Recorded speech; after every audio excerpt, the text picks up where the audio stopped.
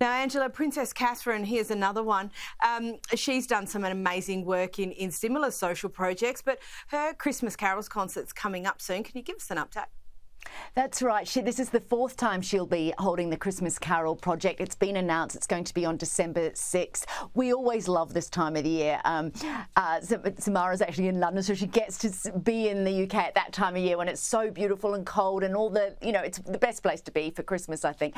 But what's beautiful about this concert is that this year it will be especially memorable. The focus is going to be on empathy, kindness and care. And the theme is very much on the fact that we need each other, that we actually need to be able to lean on each other. The Palace has been incredibly specific about this theme, that people from various charities around the country will be honoured at this concert. Just small little things that are done, smaller people, not the great and the good, but people that are just on the ground helping each other. Of course, Prince Louis we saw for the first time at last year's concert, so there's hoping that all three royal children will be there at this event. But as we've seen Catherine far more rarely in the past, I think there's more eyes trained on her when we do see her. But I can also see that it may even be more meaningful for her, these events, because having not been able to do them, as we saw at Remembrance Sunday, they really do mean a lot to her. So I think all eyes will be on this event at Westminster Abbey this year.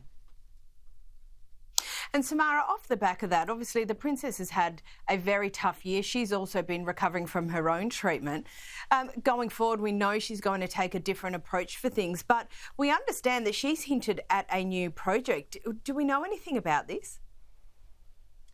Look, we know very little. Catherine always does keep her cards close to her chest, especially this year. She's really been going through a very private battle, but doing it with such grace and poise. And, we know that William has said that this has been the hardest year of his life. So you can just imagine what she's had to go through.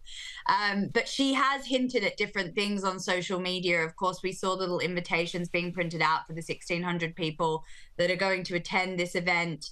And I think she will make an announcement coming up. And just as Angela says, I think it will be something that's very close to her heart, something that maybe is interlinked with the cancer that she's suffered, and something that will be direct to the people that are actually affected. And that's what the royal family is always so amazing at, is actually connecting with the people and making sure that it's the hidden survivors that actually get the time and care instead of, the more public people. So I think that Kate always does such amazing initiatives, and I'm really excited to see what this is going to be. Yeah, I think we're all watching that. But Angela, similarly, Prince William also, very excellent at connecting with pretty much everyone. We know he's been in South Africa recently. Now, it was reported this week that apparently he wants to put a smaller R in royal. What does that mean? Yeah, I think this is really interesting, Cara. I think this, to me, this is as important as Charles wanting a slimmed down monarchy. And what I think he's saying by the small R, well, he's given some indication that he wants it to be royals to be more focused on philanthropy, small groups, convening, collaboration, very much about empathy. And I think what's really interesting, this is away from the crowns and the castles. This is getting down with the people. In fact, we saw that this week, that we've got a special clip here of William meeting with some people in Ireland. Yeah, just tell her why we're late. Who's just say sorry to Leslie? Yeah. Leslie, are you recording? Yeah. Leslie, I'm very sorry we're late, but they seem to be caught up and they wouldn't believe that you were here. So just to say hi.